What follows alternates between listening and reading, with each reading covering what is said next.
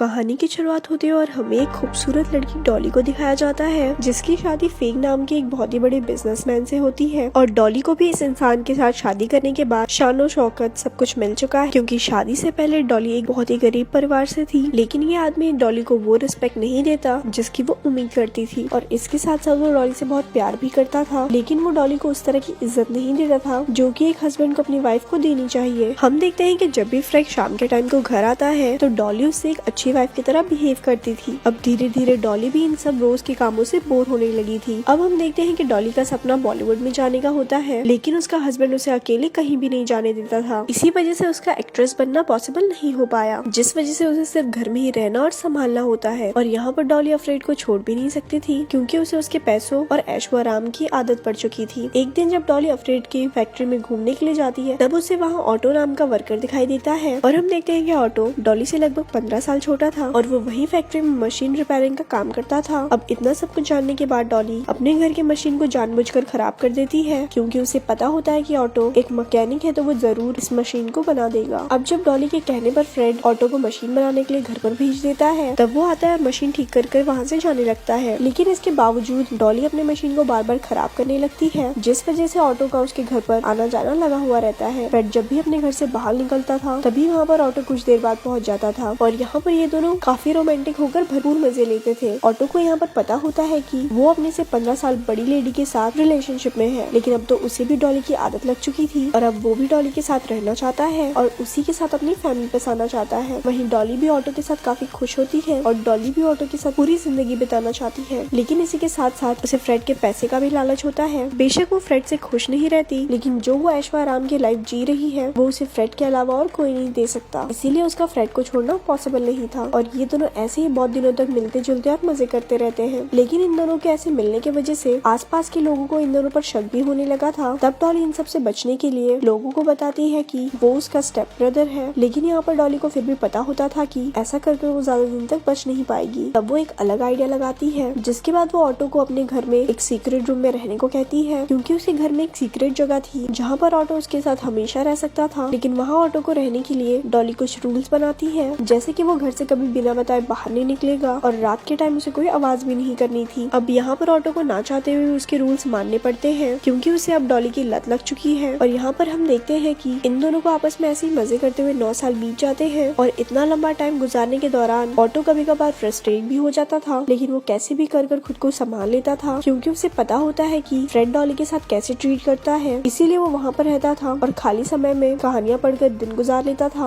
और इसके साथ साथ डॉली भी जानती है कि ऑटो काफी टाइम से बाहर नहीं गया, जिसकी वजह से वो भी फ्रस्ट्रेट हो रहा है, जिसकी वजह से वो उसे एक दिन सीक्रेट बार में ले जाती है। लेकिन जब ऑटो अचानक से इतने लोगों के बीच में जाता है तो उसे वहाँ पर घबराहट होने लगती है, क्योंकि वो 9 साल तक समझो उम्र कैद काट रहा था। एक तरह से वो मेंटली बीमार हो चुका था, लेकिन अब उसके पास डॉली के साथ रहने के अलावा और कोई रास्ता नहीं था। और वहीं हम दूसरी तरफ डॉली को देखते हैं, जो फ्रेड से छुटकारा पाने के लिए कुछ प्लान बनाने लगती है। सबसे पहले तो वो काफी महंगा इंश्योरेंस कराती है, ताकि उसे फ्रेड के बाद भी काफी अच्छी खासी लाइफस्टाइल जीने में कोई तकलीफ ना हो। इसके बाद वो फ्रेड की गन को ऑटो के पास छुपा देती है, ताकि टाइम आने पर ऑटो उसका यूज कर सके। लेकिन इतने सबके प्लानिंग के बारे में ऑटो को भनक तक भी नहीं लगी थी। अब एक दिन जब फ्रेड डॉली को एक पार्टी में लेकर जाता है, तभी यहाँ पर डॉली को फ्रेड का लॉयर मिलता है। जब यहाँ पर फ्रेड डॉली के साथ डांस नहीं करता, तब वो उस लॉयर के साथ ही डांस करना शुरू कर देती है, और इसी बीच वो उसके साथ फ्लर्ट भी करने लगती है। और इतना सब कुछ देखने के बाद फ्रेड काफी गुस्सा हो जाता है, जिसके बाद वो घर आने के बाद डॉली के ऊपर बहुत ज्यादा चिल्लाने लगता है। तब यहाँ पर डॉली भी फ्रेड के ऊपर काफी ज्यादा गुस्सा होने लगती है। यहाँ पर वो ऐसा क्रिएट करती है जैसे कि फ्रेड उसे मार ही डालेगा, क्योंकि उसे पता होता है कि ऑटो की आवाज सुनकर उसे बचाने आएगा। और यहाँ पर बिल्कुल ऐसा ही होता है। यहाँ पर ऑटो वही गन लेकर आता है जो कि डॉली ने उसके रूम में छुपा दी थी, और यहाँ पर आखिरकार ऑटो गन से शूट कर फ्रेड को मार देता है, जिसके बाद गन चलने की आवाज बाहर तक चली जाती है, जिसके चलते यहाँ पर ये दोनों एक प्लान बनाते हैं। अब यहाँ पर डॉली के कहने पर ऑटो अपने बैग में कुछ पैसे और गहने लेकर भाग जाता है, और ऑटो जाने से पहले डॉली को एक कमरे में बंद कर देता है, ताकि किसी भी आदमी को डॉली पर कोई शक न जाए। अब जब पुलिस यहाँ पर आने के बाद जांच करने लगती है, तब उसे फ्रेड की जेब से उसका वॉलेट मिलता है। तब वहाँ के पुलिस इंस्पेक्टर को वहाँ पर शक होने लगता है, लेकिन यहाँ पर डॉली के खिलाफ कोई भी सबूत न मिलने की वजह से वो डॉली को अरेस्ट नहीं कर पाते। अब यहाँ दूसरी तरफ डॉली भी इस मर्डर केस से छुटकारा पाना चाहती है, और वो उस लॉयर से मिलने के बाद उसे प्यार का नाटक करने लगती है और उसके साथ कई बार घपाघप भी करती है। अब जब वो लॉयर सीरियस हो जाता है, तब डॉली उसे वही गन दिखाती है। ये गन उसने अपने सेफ्टी के लिए रखी थी। वो वो कहती है कि मेरी सेफ्टी के लिए तुम हो तो मुझे गन की क्या जरूरत है। और ऐसा बोलते ही वो गन डॉली उस लॉयर को दे देती है ताकि वो उसको कहीं पर फेंक दे। फिर कुछ दिनों बाद डॉली को अपने इंश्योरेंस का पैसा भी मिल जाता है। वहीं दूसरी तरफ हम देखते हैं कि ऑटो भी कुछ दिनों बाद लौट आता है, जिसके बाद डॉली उसके साथ कैलिफोर्निया शिफ्ट हो जाती है। लेकिन वहाँ शिफ्ट होने के बाद उसे एक बात सताने लगती है। वो डरती है कि कहीं उसका राज ना खुल जाए, इसीलिए वो वहाँ पर अपने आप को बचाने के लिए वहाँ के बड़े लोगों से मिलती है और उन लोगों के साथ भी अफेयर रखने लगती है। अब कई लोगों के साथ अफेयर रखने के बाद अचानक से उसे एक हरमन नाम का आदमी मिलता है और वो उसके साथ काफी कंफर्ट फील करती है। अब डॉली की इन सारी हरकतों की वजह से ऑटो काफी परेशान रहने लगा था और वो डॉली से ये सब कुछ बंद करने को कहता है। तब यहाँ पर डॉली कहती है कि वो जो कुछ भी कर रही है वो उन दोनों के भले के लिए कर रही है। लेकिन अब यहाँ पर ऑटो को अच्छे से समझ आ चुका था कि डॉली ने बस उसका यूज किया है, लेकिन उसके पास कोई और रास्ता भी नहीं था, जिसके वजह से उसे मजबूरी में डॉली के साथ ही रहना पड़ता है। तभी कुछ दिनों बाद लॉयर को पता चलता है कि डॉली उसको धोखा देकर सारे पैसे लेकर भाग चुकी है। इसकी वजह से वो काफी गुस्सा होता है और वो पुलिस को वही गन देकर उसे अरेस्ट करने को बोलता है। और वो उस गन के मिल जाने के बाद पुलिस को भी शक हो जाता है कि शायद उसकी मर्डर में डॉली का ही हाथ हो। जिसके बाद अब ये लोग कैलिफोर्निया जाने के लिए तैयार हो जाते हैं ताकि वो वहाँ पहुंचकर डॉली को अरेस्ट कर सके। और यहाँ पर डॉली को प्रोटेक्ट करने के लिए हरमन उसके साथ होता है। यहाँ पर वो पुलिस से बोलता है कि भले ही ये गन डॉली की है, लेकिन उस पर फिंगरप्रिंट डॉली के नहीं है, जिसकी वजह से वो एक लीगल एविडेंस नहीं है। और ये बात सुनने के बाद पुलिस ऑफिसर भी वहाँ से लौट आता है। जिसके बाद हरमन वहाँ पर डॉली के साथ उसके घर पर आता है और उसके साथ पलंग तोड़ प्रोग्राम करता है। अब ऑटो ऐसे देखता हुआ उसका काफी सुलझ जाता है। तब उसे गुस्सा आता है और वो एक चाकू लेकर हारमन को वहाँ से डरा कर भगा देता है, क्योंकि अब ऑटो को इस तरह से रहना बिल्कुल भी पसंद नहीं था। जिसकी वजह से वो पुलिस को फोन लगाकर अपनी सारी सच्चाई बता देता है। जिसके बाद पुलिस इन दोनों को अरेस्ट भी कर लेती है। अब जब हरमन को इन सब के बारे में पता चलता है तो उसको काफी दुख होता है और वो फिर से डॉली का साथ देता है। जिसके बाद जब फिर से पुलिस वेरिफिकेशन होती है तो डॉली अपने आप को बचा लेती है, क्योंकि पुलिस डॉली के खिलाफ कोई लीगल एविडेंस पेश नहीं कर पाती, जिसकी वजह से कोर्ट को उसको छोड़ना पड़ता है। और वहीं ऑटो को भी पब्लिक से काफी सिंपैथी मिलती है। पब्लिक का मानना था कि डॉली ने ऑटो का यूज कर उसे फंसाया है, जिसके चलते ऑटो भी अब कोर्ट से छूट जाता है। अब जेल से छूटने के बाद ऑटो वापस अपनी कंट्री में आ जाता है, क्योंकि अब वो डॉली से ब्रेकअप कर चुका था। वहीं दूसरी तरफ हम देखते हैं कि डॉली अपने आखिरी लवर से शादी कर लेती है, लेकिन इसके कुछ ही दिनों बाद उसकी मौत भी हो जाती है। और ये दिखाते हुए इस मूवी का यहीं पर ही एंड हो जाता है। ऐसी और स्टोरी सुनने के लिए हमारे पेज को लाइक करें। धन्यवाद।